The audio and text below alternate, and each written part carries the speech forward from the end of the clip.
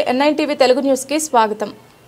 భద్రాద్రి కొత్తగూడెం జిల్లా అశ్వారావుపేట మండలంలో ఉదయం 8:30 సమయంలో అశ్వారావుపేట పోలీస్ స్టేషన్ పరిధిలోని పేపర్ బోర్డ్ సమీపంలోని జంగారెడ్డిగూడెం రోడ్ నందు విశ్వసనీయ సమాచారం మేరకు కొత్తగూడెం టాస్క్ ఫోర్స్ పోలీసులు మరియు అశ్వారావుపేట పోలీసులు వాహనాలు తనిఖీలు చేస్తుండగా అనుమానాస్పదంగా జంగారెడ్డిగూడెం వైపు నుండి అశ్వారావుపేట వైపునకు పారిపోతున్న స్విఫ్ట్ డిజైర్ కారును వెంబడించి కొద్ది దూరంలో ఆపి విచారించగా హైదరాబాద్కు చెందిన A1 ఉంగరాల సరీన్ కుమార్, A2 బెల్లంపల్లికి చెందిన బాబర్ ఖాన్లు ట్రాన్స్పోర్టర్లుగా గుర్తించి వారి కారులో ఉన్న 222 కిలోల బరువు గల 111 ప్యాకెట్ల నిషేధిత గంజాయిని స్వాధీనం చేసుకోవడమైంది.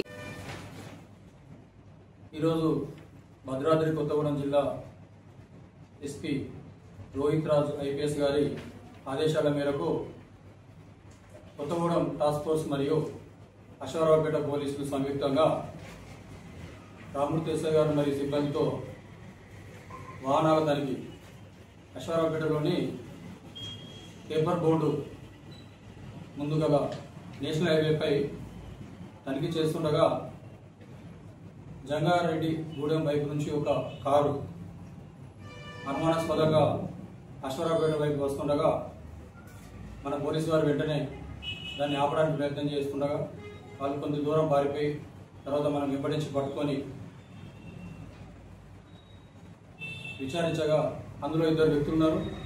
దాంతో పాటుగా 111 గంజాయి ప్యాకెట్ ఒక్కొక్కటి 2 కిలోల వెయిట్ గల మొత్తం 222 కిలోల గంజాయి దానిలో లభ్యమైంది. వెంటనే 2 పంచుల సమక్షంలో వారిని విచారించగా అది విశాఖపట్నంకు చెందినటువంటి పంగి శ్రీను అనే అతని వద్ద రాజమండ్రి వద్ద కొనుగోలు చేసి అందులో కారులో లోడ్ చేసుకొని వయా అశ్వారావుపేట ఖమ్మం మీదుగా హైదరాబాద్కి వెళ్ళి అటు నుంచి నాగపూర్లోని ఇంతియాజ్కు హ్యాండ్ ఓవర్ చేయడానికి వెళ్తుండగా మనం పట్టుకోవడం జరిగింది. ఈ పట్టుకున్న నిందితుల వాళ్ళ వివరాలు అడిగి తెలుసుకునగా వాళ్ళు హైదరాబాద్కు చెందినటువంటి ఉంగరాల సరీన్ కుమార్ మరియు బెల్లంపల్లికి చెందినటువంటి బాబర్ ఖాన్ అనే 2 వ్యక్తులు వివరాలు తెలియజేయడం జరిగింది. అదేవిధంగా ఈ గంజాయి ఈ మధ్యకాలంలో స్థానిక సంస్థల ఎన్నికల నేపథ్యంలో చెక్ పోస్టులు ఎక్కువగా ఉన్నాయి, తనిఖీలు ఎక్కువగా ఉన్నాయనే ఉద్దేశంతో వీళ్ళు ఒక ఎస్కార్ట్ పైలట్గా కూడా ఒక ఇన్నోవా కార్ను కూడా పెట్టుకొని దానిలో 2 వ్యక్తులు ఫిరోజ్ మరియు సంతోష్ కూడా దాని ముందు ఎస్కార్ట్ చేస్తుండగా ఈ వెహికల్ కన్నా ముందే అది వెళ్ళిపోవడం జరిగింది. ఇప్పుడు ప్రస్తుతానికి మనము ఈ నిందితులు ఎవరైతే ఉన్నారో 2